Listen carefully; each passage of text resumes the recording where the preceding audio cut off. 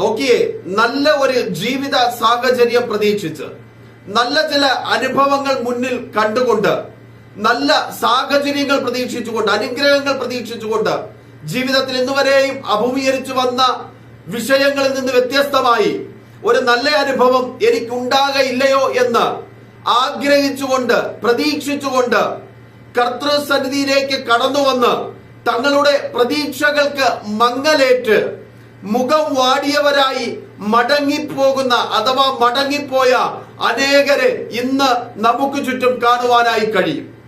തങ്ങൾ ജീവിച്ചുകൊണ്ടിരുന്ന സാഹചര്യത്തിൽ നിന്നൊരു വ്യത്യാസത്തിനായി കഷ്ടതകളിലും ദാരിദ്ര്യത്തിലും വേദനകളിലും പ്രയാസങ്ങളിലും പൈശാചിക ബന്ധനങ്ങളിലും അകപ്പെട്ട് ജീവിതം അധികം കൈപ്പായി തീർന്നിട്ട് ഇതിൽ നിന്ന് എങ്ങനെയാ ഒന്ന് പുറത്തു കിടക്കുന്നതെന്ന് അറിയുവാൻ കഴിയാതെ ഭാരപ്പെട്ടിരുന്ന നിങ്ങളോട് ദൈവത്തിന്റെ വചനം ആരോ പ്രസംഗിച്ചു കേട്ട്, അഥവാ കർത്താവിനെ കുറിച്ച് നിങ്ങൾ കേട്ടറിഞ്ഞ് ഈ കർത്താവിന്റെ അടുക്കലേക്ക് കടന്നു വരികയും അനന്തരം ഇതൊന്നും തങ്ങളുടെ ജീവിതത്തിൽ പ്രാപിച്ചെടുക്കുവാൻ കഴിയാതെ, പ്രവൃത്തിപഥത്തിൽ ഈ വിഷയങ്ങളൊന്നും കാണുവാൻ കഴിയാതെ മുഖം വാടിയവരായി മടങ്ങിപ്പോയ അനേകർ ഇന്ന് ഈ സമയം ദൈവത്തിന്റെ വചനം ശ്രമിച്ചുകൊണ്ടിരിക്കുന്ന നിങ്ങളിൽ പലരും ഈ സാഹചര്യത്തിൽ കൂടി കടന്നു പോയിട്ടുള്ളവരായിരിക്കാം.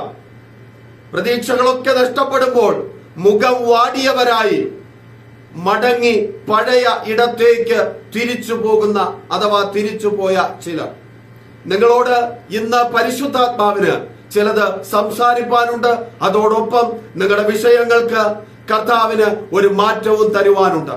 തുടർന്ന് ഈ വേദഭാഗം, അതിലുള്ള ആത്മീയ അർത്ഥങ്ങൾ, മർമ്മങ്ങൾ സശ്രദ്ധം കേട്ട് നിങ്ങളുടെ ജീവിതത്തിൽ എവിടെ നിന്ന് ഒരാശ്രയം ലഭിക്കുമെന്ന് നിങ്ങൾ ആശ്രയിച്ച് കടന്നു വന്നുവോ, അവിടെ നിന്ന് മുഖം പാടിയവരായി നിങ്ങൾ മടങ്ങിപ്പോയില്ലേ, തിരിച്ച് പിന്നെയും ആശ്രയം വച്ചിരുന്ന ഇടത്തേക്ക് ഒരു മടങ്ങിപ്പോക്ക് ഇന്നുണ്ടാകും.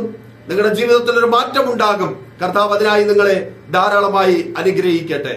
Praise the Lord. കർത്താവായ യേശു ക്രിസ്തുവിന്റെ നാമം ഈ സമയം വാഴ്ത്തപ്പെടുമാറാകട്ടെ. ഇന്ന് ഈ വേദഭാഗം ശ്രവിക്കുന്ന എല്ലാ മാന്യ ശ്രോതാക്കൾക്കും കർത്താവായ യേശു ക്രിസ്തുവിന്റെ നാമത്തിലുള്ള സ്നേഹവും വന്ദനവും അറിയിക്കുന്നു. കർത്താവ് നിങ്ങളെ ധാരാളമായി അനുഗ്രഹിക്കട്ടെ. നാം പ്രാരംഭമായി പറഞ്ഞ വിഷയം നമുക്കെല്ലാം പരിചിതമായ ഒരു വിഷയമാണ്. ഈ ദൈവത്തിന്റെ, ഈ കർത്താവിന്റെ അടുക്കലേക്ക് ഒത്തിരി പ്രതീക്ഷകളോടെയാ നാം കടന്നു വന്നത്. നമ്മുടെ ജീവിതം മാറും, നമ്മുടെ സാഹചര്യങ്ങൾ മാറും, നമ്മുടെ അവസ്ഥകൾക്ക് ഒരു മാറ്റമുണ്ടാകും, നമ്മുടെ തലമുറകളുടെ അവസ്ഥകൾക്ക് ഒരു മാറ്റമുണ്ടാകും, അവരുടെ ഭാവി ശോഭനമായി തീരും. എന്റെ കടബാധ്യതകൾ മാറും, എന്റെ വേദനകൾ മാറും, എന്റെ കുടുംബനാഥന്റെ സ്വഭാവത്തിനൊരു മാറ്റമുണ്ടാകും. ഞാൻ ലോകത്തിൽ അനുഭവിക്കുന്ന, ദേശത്തിൽ അനുഭവിക്കുന്ന എന്റെ അപമാനങ്ങളും നിന്ദകളും മാറും. ഇങ്ങനെ ഒത്തിരി വിഷയങ്ങളിൽ ഒരു മാറ്റം പ്രതീക്ഷിച്ചുകൊണ്ട് കർത്താവായ യേശു ക്രിസ്തുവിന്റെ അടുക്കലേക്ക് നടന്നെടുത്തവരാണ് ഞാനും നിങ്ങളും. എന്നാൽ ചിലരെങ്കിലും ആ പ്രതീക്ഷ നഷ്ടപ്പെട്ട് മടങ്ങി എവിടെ ആയിരുന്നുവോ അവിടേക്ക് കടന്നുപോയതായിട്ട് നമുക്ക് കാണുവാൻ കഴിയുന്നുണ്ട്. ഇത് നമ്മുടെ ജീവിതങ്ങളിൽ മാത്രമല്ല, വിശുദ്ധ വേദപുസ്തകത്തിനകത്തും ഇങ്ങനെ ഒരു സംഭവം രേഖപ്പെടുത്തിയിട്ടുണ്ട്. അത് ഇന്ന് പകൽക്കാലം നിങ്ങളോട് ചിന്തിക്കുവാൻ, നിങ്ങളുമായി ചിന്ത പങ്കുവയ്ക്കുവാൻ ഞാൻ ആഗ്രഹിക്കണം. അത് നിങ്ങളുടെ ആത്മീയ ജീവിതത്തിന് അനുഗ്രഹമായി തീരട്ടെ എന്ന് ആശംസിക്കുകയാണ്. നോക്കിയേ, ലൂക്കോസ് എഴുതിയ സുവിശേഷം 24-ാം അധ്യായം അതിന്റെ 13 തുടങ്ങി താഴോട്ട് നാം വായിക്കുമ്പോൾ, അതിന്റെ ഏതാണ്ട് 35-ാമത്തെ വാക്യം വരെ വായിക്കുമ്പോൾ അതിനകത്ത് ഒരു സംഭവം രേഖപ്പെടുത്തിയിട്ടുണ്ട്. സംഭവം ഇപ്രകാരമാണ്: അന്ന് തന്നെ അവരിൽ 2 പേർ യെരുശലേമിൽ നിന്ന് 7 നാഴിക ദൂരമുള്ള എമ്മവസ് എന്ന ഗ്രാമത്തിലേക്ക് പോകയിൽ ഈ സംഭവിച്ചതിനെ കുറിച്ചൊക്കെയും തമ്മിൽ സംസാരിച്ചു കൊണ്ടിരുന്നു. 2 പേരെ കുറിച്ച് അവിടെ പറയുവാണ്. അതിന്റെ താഴോട്ട് വായിക്കുമ്പോൾ നമുക്ക് കാണുവാനായി കഴിയുന്നത് 17 താഴോട്ട് വായിക്കുമ്പോൾ, ക്ലെയോപ്പാവ് എന്ന് പേരുള്ളവൻ ഹല്ലേലൂയ വാടിയ മുഖത്തോടെ നിന്നു എന്ന് കാണുന്നുണ്ട്. അതായത് ചരിത്രകാരന്മാർ പറയുന്നത് ക്ലെയോപ്പാവും അവന്റെ ഭാര്യയും ഈ എമ്മവസ് എന്ന ഗ്രാമത്തിലേക്ക് യെരുശലേമിൽ നിന്ന് സഞ്ചരിച്ചു പോകുന്ന ഒരു വിഷയമാണ്, അവരുടെ ഒരു യാത്രയാണ് ഇവിടെ കാണുവാനായി കഴിയുന്നത്. ഇത് ഞാൻ ഇന്നലെ പറഞ്ഞതുപോലെ ഈ വിശുദ്ധ വേദപുസ്തകത്തിനകത്ത് സ്ഥലത്തിന്റെ ഒക്കെ പേരുകൾക്ക് ഒരു അർത്ഥമുണ്ട്. ആ അർത്ഥത്തിന് വലിയ പ്രാധാന്യവുമുണ്ട്. വളരെ അർത്ഥമുള്ള പേരുകളാണ് ഈ വേദപുസ്തകത്തിനകത്തുള്ളത്. ഇവിടെ നോക്കിയേ, ഇവിടെ ഈ രണ്ട് സ്ഥലത്തിന്റെ പേര് പറഞ്ഞേക്കുക. ഒന്ന് യെരുശലേം എന്ന് പറയുന്ന സ്ഥലം, അവിടെ നിന്ന് എമ്മുവസ് എന്ന് പറയുന്ന സ്ഥലത്തേക്ക് പോവുകയാണ്. രണ്ട് സ്ഥലങ്ങൾ. ഇതില് ഈ യെരുശലേം എന്ന് പറയുന്ന സ്ഥലത്തിന്റെ അർത്ഥം എന്ന് പറയുന്നത് വിശുദ്ധമായ നഗരം അഥവാ സമാധാനത്തിന്റെ നഗരം എന്നാണ്. സിറ്റി ഓഫ് പീസ് എന്നാണ് ഈ യെരുശലേമിനെ കുറിച്ച് പറയുന്നത്. ഇനി നോക്കിയ രണ്ടാമത് എമ്മുവസ് എന്ന് പറയുന്ന സ്ഥലത്തിന്റെ അർത്ഥം ഇങ്ങനെയാണ്, ചൂടുറവ അഥവാ ഹോട്ട് സ്പ്രിങ്സ് എന്നാണ് എമ്മുവസ് എന്ന് പറയുന്ന സ്ഥലത്തിന്റെ ആ പേരിന്റെ അർത്ഥം. അപ്പൊ ഇവിടെ നമുക്കൊന്നുകൂടി നമുക്ക് മനസ്സിലാകുന്ന ഭാഷയിൽ പറഞ്ഞാൽ ഇങ്ങനെ പറയാം, സമാധാനത്തിന്റെ നഗരത്തിൽ നിന്ന് ക്ലെയോപ്പാവും അവന്റെ ഭാര്യയും ചൂടുറവ ആകുന്ന സ്ഥലത്തേക്ക്, അല്ലെങ്കിൽ സമാധാനം ഇല്ലാത്ത, സന്തോഷമില്ലാത്ത, അനുഗ്രഹങ്ങളില്ലാത്ത ചൂടുറവ എന്ന സ്ഥലത്തേക്ക് യാത്ര പോവുകയാണ്, മടങ്ങിപ്പോവുകയാണ്. നോക്കിയേ, നമ്മിൽ ആരെങ്കിലും ഇങ്ങനെ ചെയ്യുമോ? സമാധാനത്തിന്റെ ഒരു നഗരത്തിൽ വസിക്കുന്ന, സന്തോഷത്തിന്റെ ഒരു നഗരത്തിൽ വസിക്കുന്ന, അനുഗ്രഹങ്ങളുടെ ഒരു നഗരത്തിൽ വസിക്കുന്ന ആരെങ്കിലും വേദനയുടെയും പ്രയാസത്തിന്റെയും അസമാധാനത്തിന്റെയും ചൂടുറവയുടെയും അടുക്കലേക്ക് കടന്നു പോകുവാൻ ആഗ്രഹിക്കുമോ? ഇല്ല എന്നാണ് എന്റെ മറുപടി. എന്നാൽ ഇവിടെ ഈ രണ്ടുപേർ അങ്ങനെ ഒരു യാത്രക്ക് തയ്യാറെടുത്ത് അങ്ങനെ നടക്കുകയാണ്. എന്താണ് അതിന് കാരണം? ഈ എമ്മുവസ് എന്ന് പറയുന്ന ഗ്രാമത്തിൽ നിന്ന് ചില മാസങ്ങൾ അല്ലെങ്കിൽ ചില വർഷങ്ങൾക്ക് മുൻപേ ഈ പറയുന്ന ക്ലെയോപ്പാവും ഭാര്യയും യെരുശലേമിലേക്ക് കുടിയേറി പാർത്തവരാണ്. അന്നവർ ഇവിടേക്ക് കുടിയേറി പാർക്കുമ്പോൾ അവർക്കൊരു പ്രതീക്ഷയുണ്ടായിരുന്നു.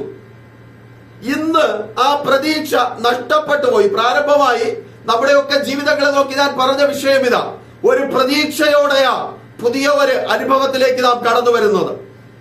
ആ വന്ന പ്രതീക്ഷ നഷ്ടപ്പെട്ടു പോകുമ്പോൾ പലപ്പോഴും മടങ്ങിപ്പോകുന്ന അനുഭവങ്ങൾ ജീവിതങ്ങളിൽ ഉണ്ടാകാറുണ്ട്. ഇവിടെയും സംഭവം വിഭിന്നമല്ല.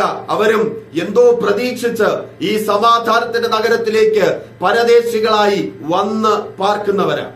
എന്നാൽ ചില വർഷങ്ങൾ കഴിഞ്ഞപ്പോൾ, ചില നാളുകൾ കഴിഞ്ഞപ്പോൾ അവർ വാടിയ മുഖത്തോടെ, അതായത് അവർ എന്ത് പ്രതീക്ഷ വച്ചിരുന്നുവോ ആ പ്രതീക്ഷ അസ്തമിച്ചവരായി അവർ മടങ്ങിപ്പോകുകയാണ്. എന്താ ഇവർ പ്രതീക്ഷ വച്ചിരുന്നതെന്ന് അറിയാവോ? അതിന്റെ താഴോട്ട് നമ്മൾ വായിക്കുമ്പോൾ അറിയാം. അതിന്റെ 18 തുടങ്ങി താഴോട്ട് വായിക്കുമ്പോൾ ക്ലെയോപ്പാവ് വാടിയ മുഖത്തോടെ നിൽക്കുക.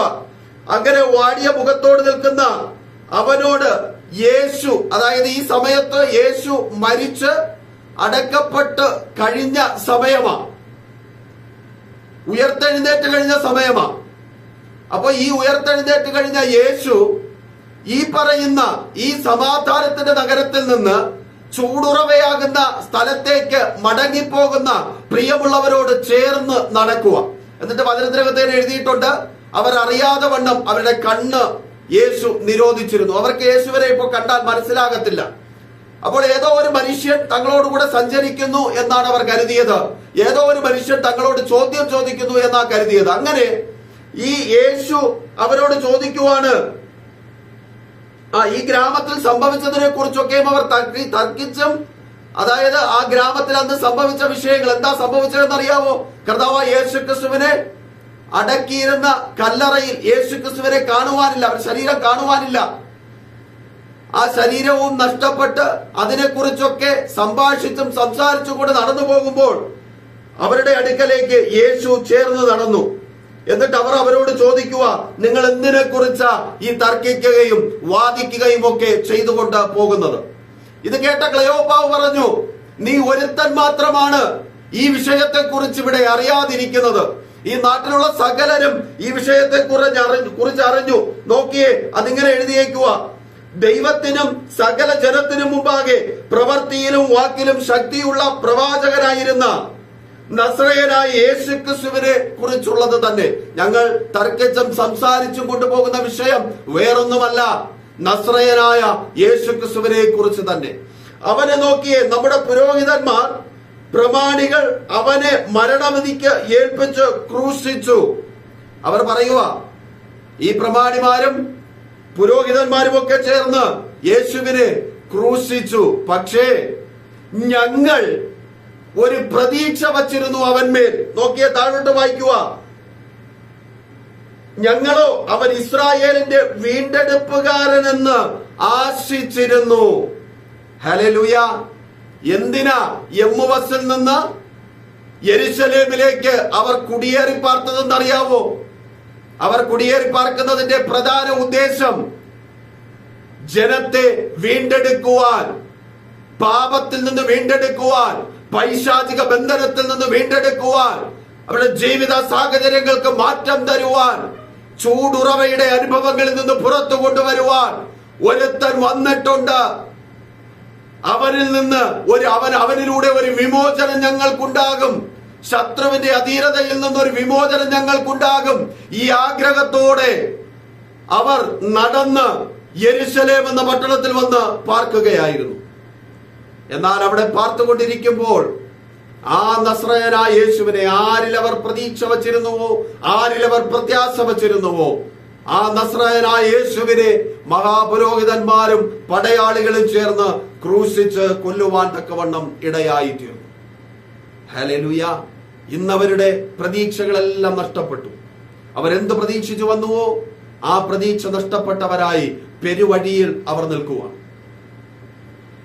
അവർ ആദ്യം കടന്നു വരുമ്പോൾ യേശു അവിടെ ശുശ്രൂഷകൾ ആരംഭിച്ചു.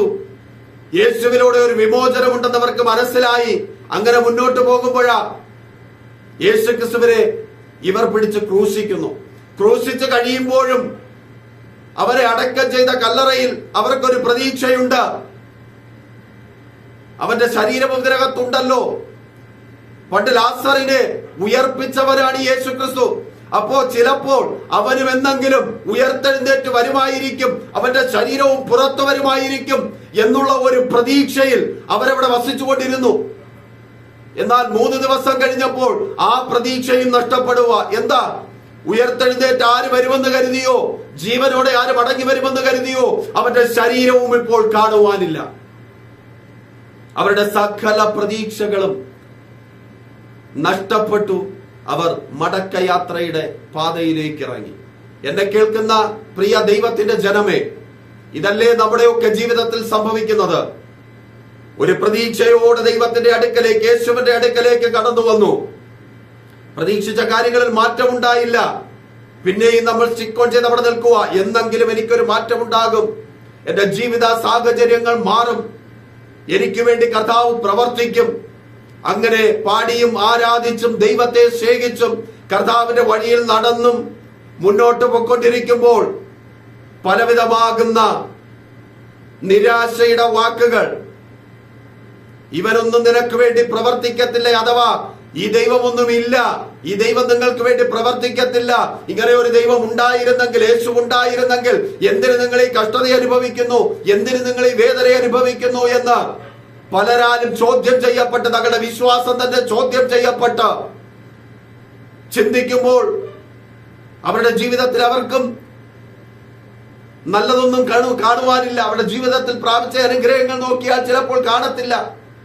അങ്ങനെ പ്രയാസപ്പെട്ട് ഒന്നുമില്ലല്ലോ എന്ന ചിന്തയിൽ, എനിക്കൊന്നും പ്രാപിച്ചെടുക്കുവാൻ കഴിഞ്ഞില്ലല്ലോ, അഥവാ ഇനി എന്റെ ജീവിതത്തിൽ ഒരു മാറ്റം ഉണ്ടാകത്തില്ല, ഞാൻ ഇങ്ങനെ തന്നെ എന്റെ ജീവിതം അസ്തമിച്ചു പോകുമെന്ന് ചിന്തിച്ച് നാം പണ്ട് എവിടെയായിരുന്നു അവിടേക്ക് മടങ്ങിപ്പോകാറുണ്ട്.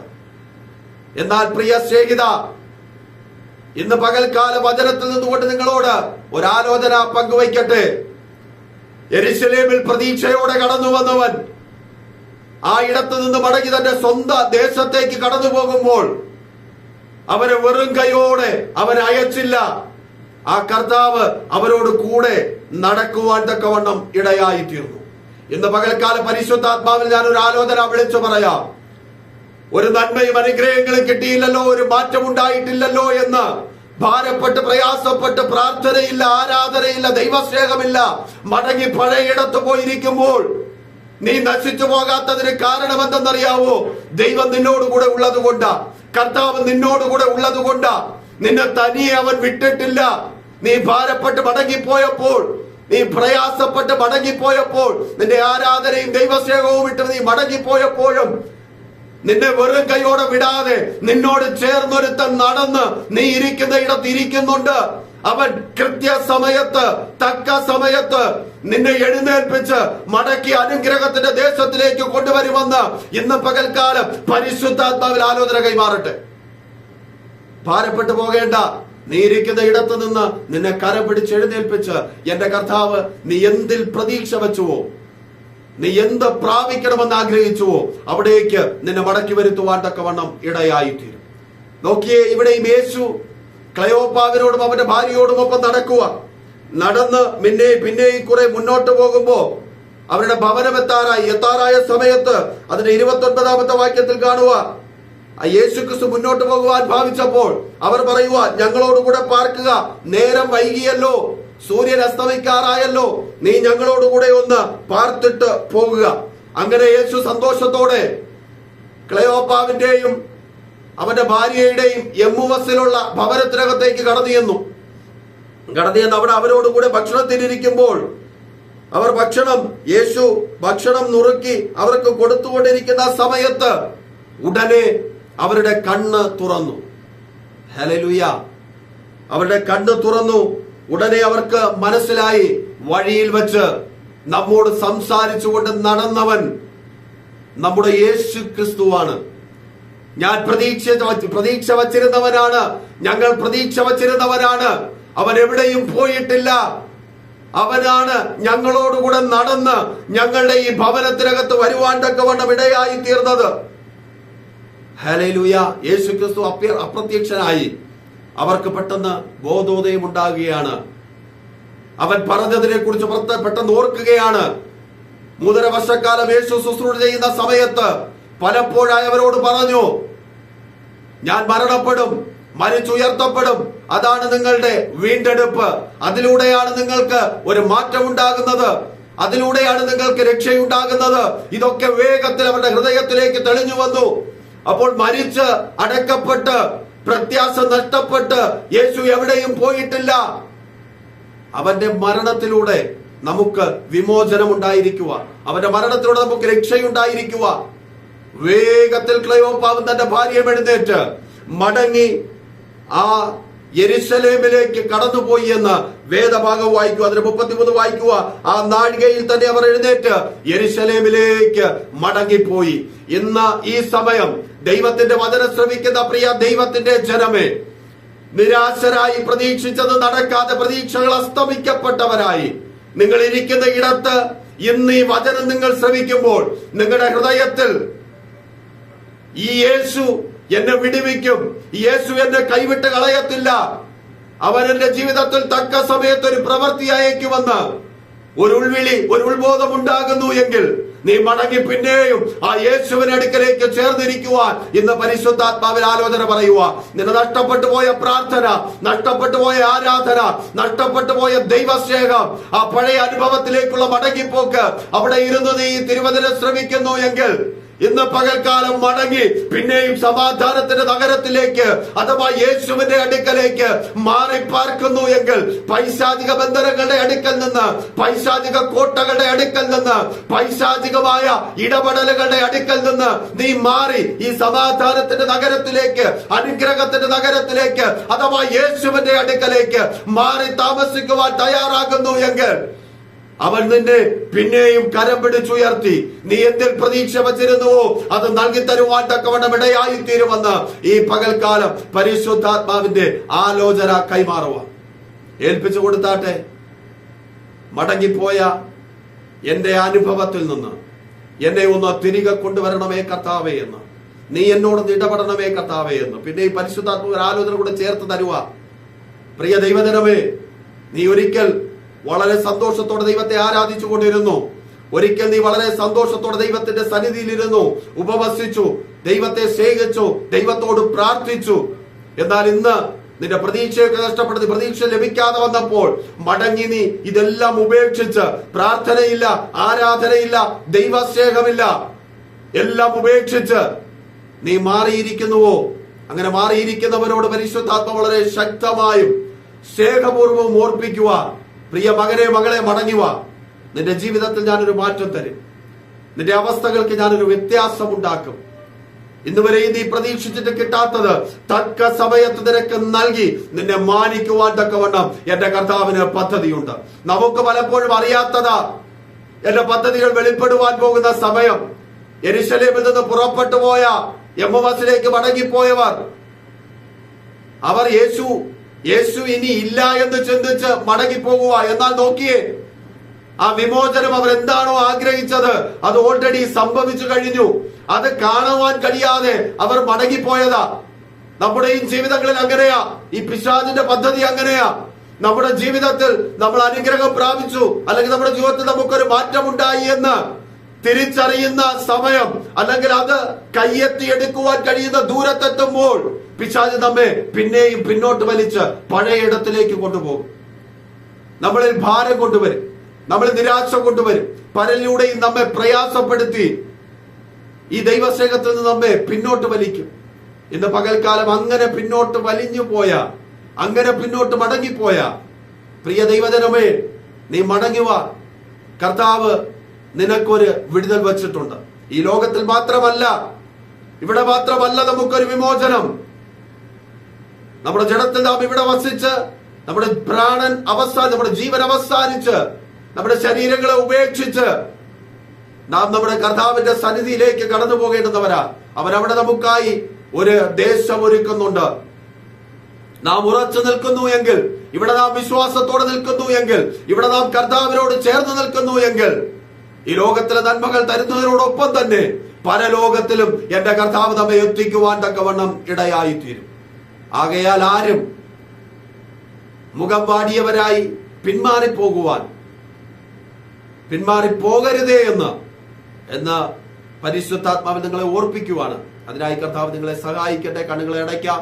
ഒരു നിമിഷം നമുക്ക് ദൈവസന്നിധിയിൽ പ്രാർത്ഥിക്കാം. എല്ലാവരും ദൈവസന്നിധിയിൽ പ്രാർത്ഥിച്ചാട്ടെ. കരുണാസമ്പന്നനായ നല്ല കർത്താവെ, നല്ല സമയത്തിനായി നന്ദി. അങ്ങ് നൽകിയ ദൈവത്തിന്റെ വചനം, അത് ദൈവത്തിന്റെ വചനമാണെന്ന് ഞങ്ങൾക്കറിയാം. കർത്താവെ, അത് ജീവനുള്ളതാണെന്ന് ഞങ്ങൾക്കറിയാം. ഇന്ന് ഞങ്ങൾ കേട്ട ആലോചന അത് ഞങ്ങളുടെ ജീവിതത്തിൽ അനുഗ്രഹത്തിനും വിടുതലിനും കാരണമായി തീരുമെന്ന് ഞങ്ങൾ വിശ്വസിക്കുന്നു. കർത്താവെ, ആരെങ്കിലും ഒരു പ്രതീക്ഷ വെച്ച് ഈ കർത്താവിന്റെ അടുക്കലേക്ക് കടന്നു വന്നിട്ട് പ്രതീക്ഷകൾ നഷ്ടപ്പെട്ടവരായി പിന്നെയും പഴയ വഴിയിലേക്ക് തിരികെ പോയിട്ടുണ്ടോ, പിന്മാറിപ്പോയിട്ടുണ്ടോ, അവർക്ക് വേണ്ടി ഇന്ന് അടിയങ്ങൾ ഒരുമിച്ച് പ്രാർത്ഥിക്കുകയാണ്. കർത്താവെ, അവർ മടങ്ങി വരട്ടെ അപ്പ. ആ സമാധാനത്തിന്റെ നഗരത്തിലേക്ക്, ആ ചൂടുറവയുടെ അവസ്ഥയിൽ നിന്ന്, ആ പൈശാചിക പിടിത്തത്തിൽ നിന്ന് അവർ മടങ്ങി പിന്നെയും സമാധാനത്തിന്റെ നഗരത്തിലേക്ക് കടന്നു വരട്ടെ അപ്പ. അവർ സമാധാനം അനുഭവിക്കട്ടെ, അവർ സന്തോഷം അനുഭവിക്കട്ടെ, അവരുടെ ജീവിതം അനുഗ്രഹപൂർണമായി തീരട്ടെ. എല്ലാവരും അവസാനം കർത്താവേ, ഞങ്ങൾ ലോകം വിട്ട് മാറ്റപ്പെടുമ്പോൾ കർത്താവിന്റെ വരവിങ്കൽ ഞങ്ങളും കർത്താവിന്റെ രാജ്യത്തിൽ പ്രവേശിക്കുവാൻ, അങ്ങയോടുകൂടി അനാദികാലം വാസം ചെയ്യുവാൻ ഞങ്ങളെ അങ്ങിട വരുത്തുന്നതിനായി സ്തോത്രം. ഞങ്ങളുടെ അനുഗ്രഹങ്ങളെ, ഞങ്ങളുടെ വിടുതലുകളെ, ഞങ്ങളുടെ സ്വർഗീയ യാത്രയെ മുന്നിൽ കണ്ട് പിശാച് ഞങ്ങളെ പിന്നോട്ട് വലിക്കുമ്പോൾ നീ ഞങ്ങളെ വിട്ടുകൊടുക്കരുതേ എന്ന് ഞങ്ങൾ അപേക്ഷിക്കുകയാണ്, പ്രാർത്ഥിക്കുകയാണ്. നീ ഞങ്ങളോട് ചേർന്ന് നടന്നു, പിന്നെ ഞങ്ങളെ ഉറപ്പിച്ചു നിർത്തിയാട്ടെ, കൃപയിൽ മറച്ചാട്ടെ. പ്രാർത്ഥന കേൾക്കും. എല്ലാവരെയും അനുഗ്രഹിക്കും യേശുവിൻ നാമത്തിൽ തന്നെ. ആമേൻ. ഹല്ലേലൂയ. ഇന്ന് ഈ സമയം വചനം ശ്രവിച്ചുകൊണ്ടിരിക്കുന്ന നിങ്ങളെല്ലാവരെയും കർത്താവ് ധാരാളമായി അനുഗ്രഹിക്കട്ടെ. പ്രയാസപ്പെട്ടു പോകേണ്ട, ഭയപ്പെട്ടു പോകേണ്ട. നമുക്ക് ആശ്രയമായ ഒരുവനുണ്ട്. അവൻ നമ്മെ ഒരു നാൾ കൈവിട്ട് കളയത്തില്ല, ഉപേക്ഷിക്കുകയുമില്ല. അവൻ തക്ക സമയത്ത് നമുക്ക് വേണ്ടുന്ന അത്ഭുതങ്ങൾ ചെയ്യും. ആ വിശ്വാസത്തോടെ മുന്നോട്ട് പോകുക. കർത്താവ് ധാരാളമായി അനുഗ്രഹിക്കട്ടെ. കർത്താവ് അനുവദിച്ചാൽ ഇനിയും വചനങ്ങൾ നിങ്ങളുമായി പങ്കുവയ്ക്കുവാൻ, വചനത്തിന്റെ ആലോചനകൾ നിങ്ങളുമായി പങ്കുവയ്ക്കുവാൻ കടന്നു വരാം. ഒരുമിച്ച് അത് ശ്രവിക്കുവാനും അനുഗ്രഹത്തിന് കാരണമായി തീരേണ്ടതിനായി പിന്നെയും അടിയൻ ആഗ്രഹിക്കുകയാണ്. ഈ വചനങ്ങൾ നിങ്ങളിലേക്ക് എത്തുവാൻ ഈ ചാനൽ സബ്സ്ക്രൈബ് ചെയ്ത് നിങ്ങൾ സൂക്ഷിക്കുവാൻ ദൈവനാമത്തിൽ ഓർപ്പിക്കുവാൻ കർത്താവ് എല്ലാവരെയും ധാരാളമായി അനുഗ്രഹിക്കട്ടെ. ആമേൻ.